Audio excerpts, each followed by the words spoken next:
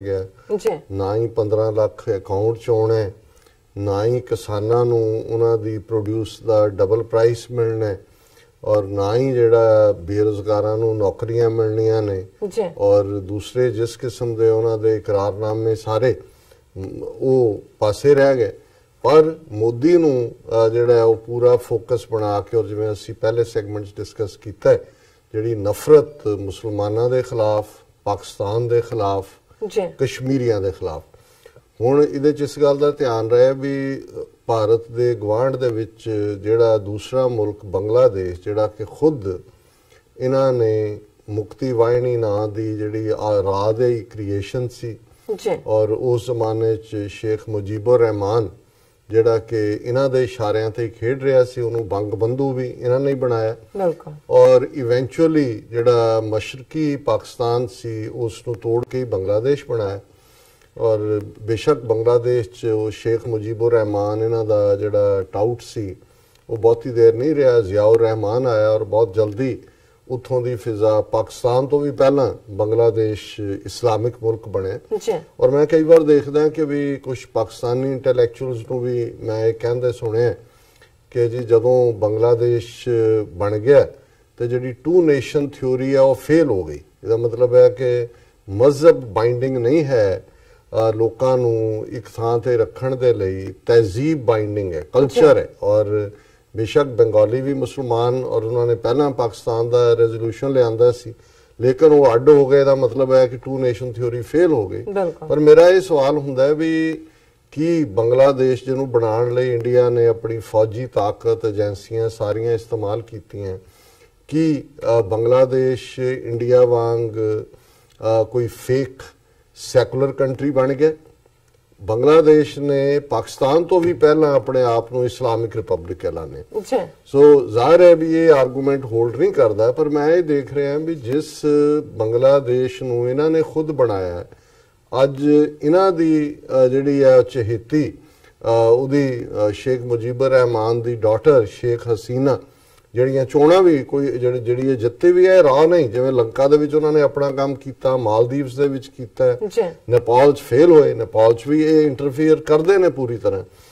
ਹੁਣ ਜਿਹੜਾ ਦੂਸਰਾ ਨੰਬਰ 2 ਤੇ ਮੋਦੀ ਤੋਂ ਬਾਅਦ ਜਿਹੜਾ ਡਿਸੀਜਨ ਮੇਕਿੰਗ ਦੇ ਵਿੱਚ ਇਹਨਾਂ ਦੇ 3 ਬਾਂਦਰ ਨੇ RSS ਦੇ, ਹਾਲਾਂਕਿ ਕਿਉਂਕਿ 3 ਬਾਂਦਰਾਂ ਦੀ ਗੱਲ ਇਸ ਲਈ ਹੈ कि वो गांधी नूं जदों जिन्हां ने पॉपुलर किया तो 3 बांदरां दे पिछे गांधी बिठाया हुंदा सी, ते उस लिखिया हुंदा सी थल्ले, साडी स्कूल टैक्सट भी हुंदा सी कि गांधी के 3 बंदर, ते उहदे च एक ने अखां दे अगे हथ रखिया होया, एक ने कन्नां दे उत्ते रखिया होया, एक ने मूंह ते रखिया होया, थल्ले मैसेज सी जी बुरा ना देखो, बुरा ना बोलो ते बुरा ना सुनो। ਹੁਣ ਇਹਨਾਂ 3 ਬਾਂਦਰਾਂ ਨੇ ਜਿਹੜੇ ਨੇ ਉਹ ਹੱਥ ਆਪਣੇ ਚੁੱਕ ਲਏ, ਇੱਕ ਕਹਿੰਦਾ ਰੱਜ ਕੇ ਬੁਰਾ ਦੇਖੋ, ਇਹਨੂੰ ਕਹ ਰੱਜ ਕੇ ਗਾਲਾਂ ਕੱਢੋ ਦੂਜਿਆਂ ਨੂੰ, ਔਰ ਦੂਜਾ ਕਿ ਬਈ ਬਾਉਂ ਬਾਉਂ ਕਰੋ। ਇਹ ਬਾਂਦਰ ਤੇ ਕੁੱਤਾ ਦੋਨੋਂ ਇਕੱਠੇ ਹੋ ਗਏ। ਸੋ ਇਹ 3 ਬਾਂਦਰ ਜਿਹੜੇ ਇਸ ਵੇਲੇ RSS ਦੇ ਮੁਲਕ ਨੂੰ ਰਨ ਕਰ ਰਹੇ ਨੇ, ਉਹਨਾਂ ਦੇ ਵਿੱਚ ਮੋਦੀ, ਅਮਿਤ ਸ਼ਾਹ ਔਰ ਅਰੁਣ ਜੇਤਲੀ, ਜਿਹਨੂੰ ਸਿੱਖਾਂ ਨੇ ਅੰਮ੍ਰਿਤਸਰ ਚੋਂ ਹਰਾ ਕੇ ਭੇਜਿਆ ਔਰ ਉਹ ਰਾਜ ਸਭਾ ਦਾ ਮੈਂਬਰ ਬਣ ਕੇ ਆਇਆ। सो जाहिर है कि जड़ा अरुण जेतली है वो पूरे वकील है, वो उस ढंग के नाल रिप्रजेंट करता है सारिया गल्लां नूं, सब नूं लुकोया। जो फाइनेंस मिनिस्टर होने के नाते जो रफेल डील दूजे तीजे है वो बड़ा खतरनाक आदमी। और अमित शाह, यही शाह गुजराती, जदों इन्हें हज़ारां मुसलमान मारे मोदी दी चीफ मिनिस्टर बनन दे 6 महीने दे विच अमित शाह ही जड़ा है होम मिनिस्टर सी उहदा। सो एक दूजे दे भेती, क्योंकि दोनों का ही एजेंडा अल्टीमेटली। और किवें जदों दी मोदी दी सरकार बनी, अमित शाह दा नलैक मुंडा, उहदी जिहड़ी प्रॉपर्टी है वो 1200 गुणा वध गई। हुण कई बार असीं मैं कईयां नूं कहंदे सुनिया, जदों कोई श्रोमणी कमेटी की गल करेगा कहेगा जी देखो सिखां दी श्रोमणी कमेटी पंजाब गवर्नमेंट नालों भी उहदा बजट ज्यादा है। मैं क्या कदे देखो तो सही, मैं क्या अमृतसर की म्यूनसिपल कमेटी जिन्ना भी नहीं है। और मैं कल ही देख रहा सी किते, हुण क्योंकि 1200 करोड़ का बजट है श्रोमणी कमेटी का इस बार का। हुण किवें जिन्हां दे हथ पावर हुंदी है, किवें जिहदी कोठी विच दाणे उहदे कमले भी सियाणे, किवें कमले सियाणे पर कोठी दाणे आउंदे किवें ने। रामदेव ने फ्रॉडिया पोलियो का मारिया विंगा भैंगा, जिहड़ा बड़ा योगी बनया स्वामी रामदेव, 12,000 ਕਰੋੜ ਦਾ ਪ੍ਰੋਫਿਟ ਪਿਛਲੇ ਸਾਲ 2018 ਚ ਉਹਨੇ ਬਣਾਇਆ। ਪਤੰਜਲੀ ਦੇ ਥੱਲੇ ਮੀਲਾਂ ਤੱਕ ਜ਼ਮੀਨਾਂ ਹਰ ਸਟੇਟ ਦੇ ਵਿੱਚ ਉਹਦੇ ਹਵਾਲੇ ਕੀਤੀਆਂ ਹੋਈਆਂ, ਕਿਸੇ ਨੇ ਬ੍ਰਾਂਡ ਐਂਬੈਸਡਰ ਬਣਾਇਆ, ਕਿਸੇ ਨੇ ਦੂਜਾ। ਸੋ ਇਹ ਜਿਹੜਾ RSS ਦਾ ਸਾਰਾ ਪੈਟਰਨ ਹੈ ਪ੍ਰਚਾਰ ਦਾ, ਰਾਮਦੇਵ, ਸ਼੍ਰੀ ਸ਼੍ਰੀ ਸ਼੍ਰੀ ਸ਼੍ਰੀ ਰਵੀ ਸ਼ੰਕਰ, ਇੱਕ ਹੋਰ ਜਿਹੜਾ ਅੰਗਰੇਜ਼ੀ ਬੋਲਣ ਵਾਲਾ ਜੰਮੂ ਦਾ ਖਤਰਨਾਕ ਡੋਗਰਾ ਬ੍ਰਾਂਡ, ਤੇ ਤੀਸਰਾ ਸਾਊਥ ਦੇ ਵਿੱਚ ਜਿਹਨੂੰ ਜਿਹੜਾ ਉਹ ਵਾਸੁਦੇਵ ਕਿ ਕੀ ਉਸ ਨੂੰ ਕਹਿੰਦੇ ਨੇ, ਬੜਾ ਫਰੈਂਡਲੀ ਜਿਹਾ ਬਣਾ ਕੇ ਉਹਨੂੰ, ਉਹ ਵੀ ਦਾੜੀ ਕੇਸ ਉਹਦੇ ਵੀ ਰੱਖੇ ਹੋਏ ਨੇ, ਇਹਦੇ ਵੀ ਰੱਖੇ ਹੋਏ ਨੇ, ਰਾਮਦੇਵ ਦੇ, ਸ਼੍ਰੀ ਸ਼੍ਰੀ ਦੇ ਵੀ ਨੇ। ਔਰ ਉਹ ਸਾਰੇ ਜਿਹੜੇ ਨੇ ਆਪਣੇ ਆਪਣੇ ਤਰੀਕੇ ਦੇ ਨਾਲ ਉਹ ਲੱਗੇ ਹੋਏ ਨੇ ਇਸ ਕੰਮ ਨੂੰ ਕਿ ਵੀ ਉਹਨਾਂ ਨੇ ਲੋਕਾਂ ਦੀ ਇੱਕ ਯੋਗਾ ਵੇਚਦਾ ਹੈ ਝੂਠਾ, ਨਾਲ ਹੁਣ ਦਵਾਈਆਂ ਵੀ ਵੇਚਦਾ ਹੈ। ਉਹ ਰਵੀ ਸ਼ੰਕਰ ਜਿਹੜਾ ਉਹ ਪੜ੍ਹਿਆ ਲਿਖਿਆ ਨੂੰ ਅੰਗਰੇਜ਼ੀ ਬੋਲ ਕੇ ਸਤਾਰ ਸਤੂਰ ਵਜਾਣ ਤੇ ਉਹਦੇ ਥੱਲੇ ਕਰਦਾ।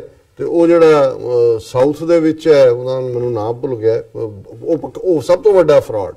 ਔਰ ਉਹ ਬੜਾ ਬਾਹਰ ਦਾ ਪੜਿਆ ਹੋਇਆ, ਉਹ ਹਾਰਵਰਡ ਚ ਹੈ, ਦੂਜੇ ਤੀਜੇ ਚ ਜਾ ਰਿਹਾ ਹੁੰਦਾ। ਵਾਸੁਦੇਵਾ ਹੀ ਹੈ ਕਿ ਕੀ, ਵਾਸੁਦੇਵਾ ਨਹੀਂ ਹੈ, ਕੁਛ ਇਸ ਕਿਸਮ ਦਾ ਨਾਮ ਹੈ ਉਹਦਾ। ਹੁਣ ਇਹਨਾਂ ਦੇ ਨਾਲ ਅਮਿਤ ਸ਼ਾਹ ਜਿਹੜਾ ਇਸ ਵੇਲੇ ਜਿਹੜਾ ਸਾਰੀਆਂ ਫੇਕ ਨਿਊਜ਼ ਕ੍ਰੀਏਟ ਕਰਨਾ, WhatsApp ਤੋਂ ਲੈ ਕੇ ਜੋ ਇਹਦਾ ਵੀ ਉਹ ਇੰਚਾਰਜ ਹੈ। ਔਰ ਸਭ ਤੋਂ ਜ਼ਿਆਦਾ ਜ਼ਹਿਰੀਲਾ ਤਾਂ ਉਹ ਮੋਦੀ ਆਪ ਵੀ ਕਹਿੰਦਾ, ਨਾਲ ਆਦਿੱਤਿਆਨਾਥ ਯੋਗੀ ਸਟਾਰ ਪ੍ਰਚਾਰਕ ਹੈ।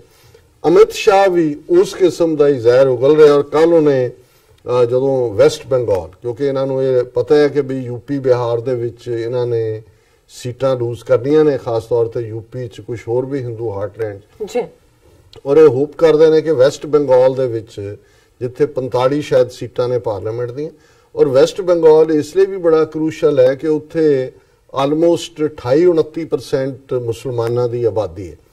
ਔਰ ਮਮਤਾ ਬੈਨਰਜੀ ਇਸ ਸਾਰੇ ਪੀਰੀਅਡ 'ਚ ਉਹਨੇ ਮੁਸਲਮਾਨਾਂ ਦੇ ਖਿਲਾਫ ਕੋਈ ਜਿਹੜੀ ਹੈ ਵੱਡੇ ਪੈਮਾਨੇ ਤੇ ਹਿੰਸਾ ਨਹੀਂ ਹੋਣ ਦਿੱਤੀ। ਹਾਲਾਂਕਿ ਪਿਛਲੇ ਪੀਰੀਅਡ 'ਚ BJP RSS ਨੇ ਕਲਕੱਤੇ ਦੇ ਵਿੱਚ ਔਰ ਸ਼ਹਿਰੀ ਇਲਾਕਿਆਂ 'ਚੋਂ ਨਫ਼ਰਤ ਫੈਲਾਈ, ਕੁਝ ਉੱਥੇ ਦੰਗੇ ਵੀ ਕਰਵਾਏ।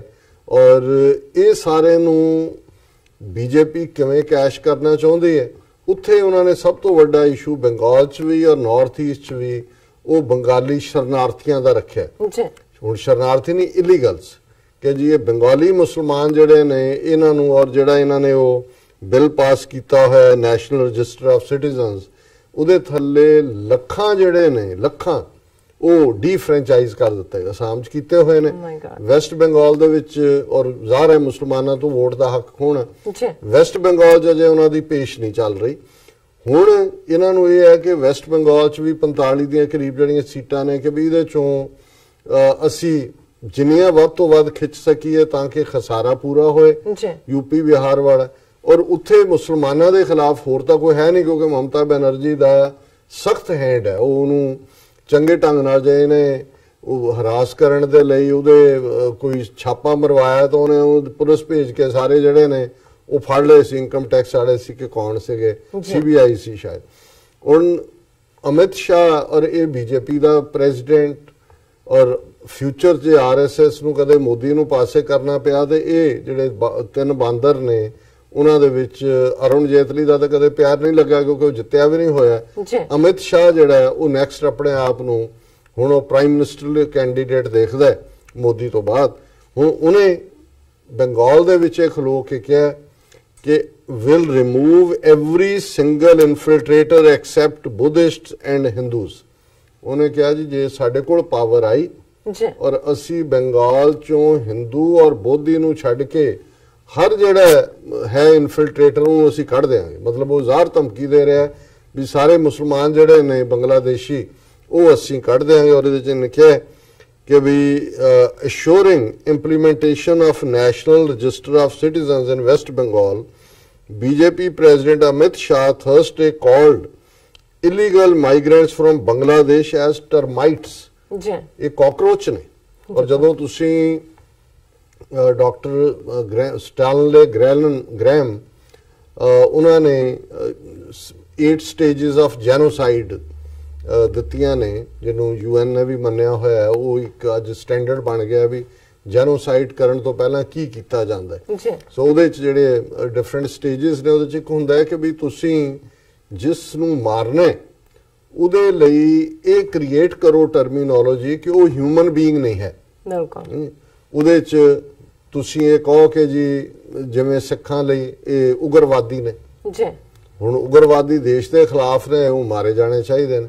ਇਸੇ ਤਰ੍ਹਾਂ ਇਹ ਕਈ ਵਾਰੀ ਉਹਨਾਂ ਨੇ ਕਿਹਾ, ਜਦੋਂ ਇਹਨਾਂ ਨੇ ਬਾਲਾਕੋਟ ਦਾ ਡਰਾਮਾ ਕੀਤਾ ਔਰ ਇਹਨਾਂ ਨੂੰ ਪੁੱਛਿਆ ਗਿਆ ਕਿ ਵੀ ਤੁਸੀਂ ਕੋਈ ਕਾਊਂਟ ਕਹਿੰਦੇ ਹੋ ਜੇ ਅਸੀਂ ਸੈਂਕੜਿਆਂ ਮਾਰੇ, ਕਿੰਨੇ ਮਾਰੇ ਜੀ, ਔਰ ਜਿਹੜਾ ਇਹਨਾਂ ਦਾ ਮਿਨਿਸਟਰ ਫੋਰਨ ਅਫੇਅਰਸ ਦਾ ਡਿਪਟੀ ਮਿਨਿਸਟਰ ਦਾ ਜਨਰਲ ਵੀ ਰਿਹਾ ਫੌਜ ਦਾ, ਉਹਨੇ ਕਿਹਾ ਜੀ there were mosquitoes we spread and killed mosquitoes I was not there to count the mosquitoes. ਦੇਖੋ ਹੁਣ ਜੇ ਮਰਨ ਵਾਲਿਆਂ ਨੂੰ ਤੁਸੀਂ ਮੱਛਰ ਕਹਿੰਦੇ ਹੋ, ਜੀ, ਉਹਨੂੰ ਕਹਿੰਦੇ ਅਸੀਂ ਛਿੜਕਾਅ ਕੀਤਾ, ਜਿੰਨੇ ਮਰ ਗਏ ਅਸੀਂ ਕੋਈ ਮੱਛਰ ਥੋੜੀ ਗਿਣੇ ਵੀ ਕਿੰਨੇ ਮਰੇ ਨੇ। ਜੀ, ਹੁਣ ਇਸੇ ਤਰ੍ਹਾਂ ਤੁਸੀਂ ਕਹੋ ਜੀ ਇਹ ਟਿੱਡੀਆਂ, ਇਹ ਕਾਕਰੋਚ, ਇਹਦਾ ਮਤਲਬ ਇਹ ਹੈ ਕਿ ਵੀ ਤੁਸੀਂ ਉਹਨਾਂ ਦੀ ਹੋਂਦ ਨੂੰ ਹੀ ਡਿਨਾਈ ਕਰ ਰਹੇ ਹੋ। ਔਰ ਜਿਵੇਂ ਉਹ 8 ਸਟੇजेस ਆਫ ਜੈਨੋਸਾਈਡ 'ਚ ਕਿ ਵਾਂਸ ਤੁਸੀਂ ਉਹਨਾਂ ਨੂੰ ਇਸ ਲੈਵਲ ਤੇ ਡੀਗ੍ਰੇਡ ਕਰਦੇ ਹੋ, ਦੈਨ ਅਗਲੇ ਸਟੈਪ ਨੇ ਕਿ ਵੀ ਤੁਸੀਂ ਆਰਗੇਨਾਈਜੇਸ਼ਨ ਕ੍ਰੀਏਟ ਕਰਦੇ ਹੋ ਕਿ ਜਿਹਨੇ ਐਗਜ਼ੀਕਿਊਟ ਕਰਨਾ ਹੈ, ਜਿਹੜੇ ਗੁੰਡਾ ਭੀੜ ਹੁੰਦੀ ਹੈ, ਸਟੇਟ ਦੀ ਪੈਟਰਨੇਜ ਹੁੰਦੀ ਹੈ, ਫਿਰ ਕਰਾ ਕੇ ਫਿਰ ਹੁੰਦੀ ਹੈ ਡਿਨਾਇਲ, ਮੁੱਕਰ ਜਾਓ। ਹੁਣ ਗੁਜਰਾਤ 'ਚ ਮਾਰੇ ਹਜ਼ਾਰਾਂ ਮੁਸਲਮਾਨ, ਮੁੱਕਰ ਜਾਓ ਨਾ ਜੀ ਨਾ। ਉਹ ਤਾਂ ਗੋਦਰਾ ਕਾਂਡ ਹੋਇਆ ਸੀ, ਉਹ ਹਿੰਦੂ ਭੜਕ ਗਏ, ਉਹਨਾਂ ਨੇ ਨਵੰਬਰ 84 ਤੁਸੀਂ ਹਜ਼ਾਰਾਂ ਸਿੱਖ ਮਾਰ ਦਿਓ। ਕਹੋ ਜੀ ਉਹ ਇੰਦਰਾ ਗਾਂਧੀ, ਜਿਵੇਂ ਰਾਜੀਵ ਗਾਂਧੀ ਨੇ ਕਿਹਾ ਕਿ ਜਬ ਕੋਈ ਬੜਾ ਵ੍ਰਿਕਸ਼ ਗਿਰਤਾ ਹੈ ਤਾਂ ਧਰਤੀ ਕਾਂਪਤੀ ਹੈ। ਤੁਸੀਂ ਹਜ਼ਾਰਾਂ ਜਿਹੜੇ ਸਿੱਖਾਂ ਦਾ ਦਿੱਲੀ ਤੋਂ ਲੈ ਕੇ ਕੰਨਿਆ ਕੁਮਾਰੀ ਤੱਕ ਮਰਡਰ ਕੀਤਾ, cold blooded murder on the roads, ਔਰ ਗਲੀਆਂ ਦੇ ਵਿੱਚ, ਬਾਜ਼ਾਰਾਂ 'ਚ, ਟ੍ਰੇਨਾਂ 'ਚੋਂ ਘੜੀਸ ਕੇ, ਬੱਸਾਂ 'ਚੋਂ ਕੱਢ ਕੇ, ਘਰਾਂ 'ਚ ਵੜ ਕੇ, ਔਰ ਤੁਸੀਂ ਕਹੋ ਜੀ ਇਹ ਵੱਡਾ ਦਰਖਤ ਡਿੱਗਿਆ ਔਰ ਇਹ ਜਿਹੜਾ ਹੁਣ ਧਰਤੀ ਨੇ ਕੰਬਣਾ ਹੀ ਸੀ।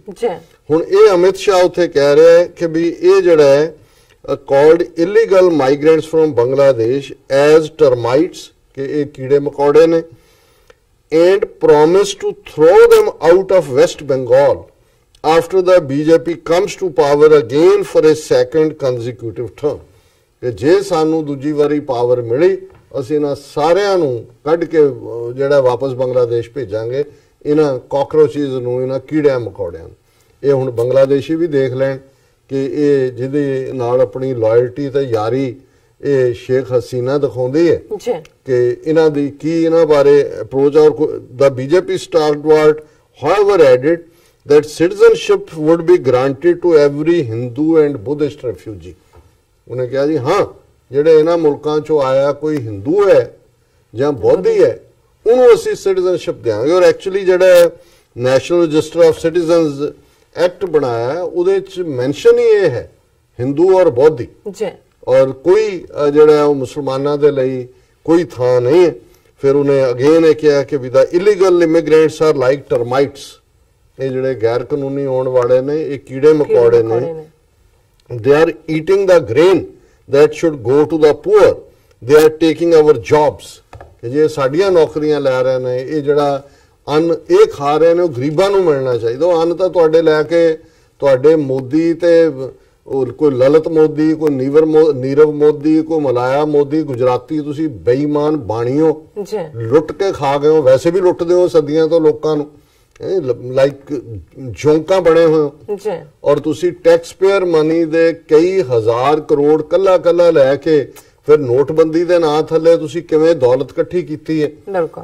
ਸੋ ਲੇਕਿਨ ਉਹ ਕਹਿ ਰਿਹਾ ਜੀ ਇਹ ਜਿਹੜਾ ਹੈ ਇਹ ਗਰੀਬਾਂ ਦਾ ਫੂਡ ਖਾ ਰਹੇ ਨੇ। ਸੋ ਹੁਣ ਮੈਂ ਇਸ ਲਈ ਇਹਨੂੰ ਨਾਲ ਦੀ ਨਾਲ ਸੈਗਮੈਂਟ ਨੂੰ ਡਿਸਕਸ ਕੀਤਾ ਵੀ ਇਮਰਾਨ ਖਾਨ ਸਾਹਿਬ ਜਿਸ BJP ਦੇ ਆਣ ਤੇ ਕਸ਼ਮੀਰ ਮਸਲਾ ਹੱਲ ਹੁੰਦਾ ਦੇਖਦੇ ਨੇ, ਉਹਨਾਂ ਨੂੰ ਇਹ ਕਿਉਂ ਨਹੀਂ ਲੱਗਦਾ ਵੀ ਇਹ ਕੀ ਹੈ, ਇਹਨਾਂ ਦੀ ਨੀਤੀ ਕੀ ਹੈ, ਕਿਸ ਲਾਈਨ ਦੇ ਉੱਤੇ ਸਾਰੇ ਚੱਲ ਰਹੇ ਨੇ, ਕਿਸ ਨਫ਼ਰਤ ਦੇ ਨਾਲ ਇਹ ਭਰੇ ਹੋਏ।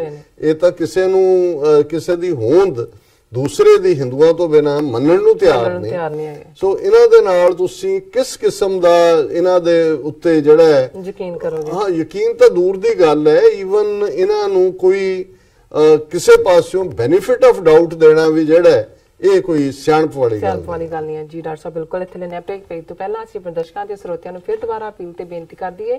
ਵਿਊਅਰਸ, ਜਿਸ ਤਰ੍ਹਾਂ ਕਿ ਤੁਸੀਂ ਜਾਣਦੇ ਹੋ ਕਿ TV 84 ਮਨੁੱਖੀ ਹੱਕਾਂ ਦਾ ਪਹਿਰੇਦਾਰ ਹੈ। TV 84 ਸਿੱਖਾਂ, ਕਸ਼ਮੀਰੀਆਂ ਤੇ ਭਾਰਤੀਆਂ ਨੌਰਥ ਈਸਟ ਸਟੇਟਾਂ ਦੇ ਲੋਕਾਂ ਦੇ ਸਵੈ ਨਿਰਣੇ ਦੇ ਹੱਕਾਂ ਦਾ ਹਾਮੀ ਹੈ। ਅਸੀਂ ਚਾਹਾਂਗੇ ਕਿ ਤੁਸੀਂ ਟੀਵੀ 84 ਦੀ ਚੜ੍ਹਦੀ ਕਲਾ ਲਈ ਵੱਧ ਤੋਂ ਵੱਧ ਡੋਨੇਟ ਕਰੋ। ਡੋਨੇਟ ਕਰਨ ਲਈ ਸਾਡੀ ਵੈਬਸਾਈਟ tv84.tv ਤੇ ਜਾ ਕੇ PayPal ਦੀ ਵਰਤੋਂ ਕਰਕੇ ਵਨ ਟਾਈਮ ਡੋਨੇਟ ਕਰ ਸਕਦੇ ਹੋ, ਮੰਥਲੀ ਡੋਨੇਟ ਵੀ ਕਰ ਸਕਦੇ ਹੋ। ਤੁਸੀਂ ਟੀਵੀ 84 ਦੇ ਨਾਮ ਤੇ ਚੈੱਕ ਬਣਾ ਕੇ ਸਾਨੂੰ ਮੇਲ ਵੀ ਕਰ ਸਕਦੇ ਹੋ ਸਾਡੇ ਇਸ ਪਤੇ ਤੇ 36-01 37 ਲੌਂਗਲੈਂਡ ਸਿਟੀ, ਨਿਊਯਾਰਕ 11101 USA, ਜਾਂ ਫਿਰ ਤੁਸੀਂ ਸਾਨੂੰ ਫੋਨ ਰਾਹੀਂ ਵੀ ਸੰਪਰਕ ਕਰ ਸਕਦੇ ਹੋ ਸਾਡੇ ਫੋਨ ਨੰਬਰ ਤੇ 5164060694। Thank you so much viewers, ਤੁਸੀਂ ਕਿਤੇ ਨਹੀਂ ਜਾਣਾ, ਮਿਲਦੇ ਆਫਟਰ ਦਿਸ ਸ਼ਾਰਟ ਬ੍ਰੇਕ।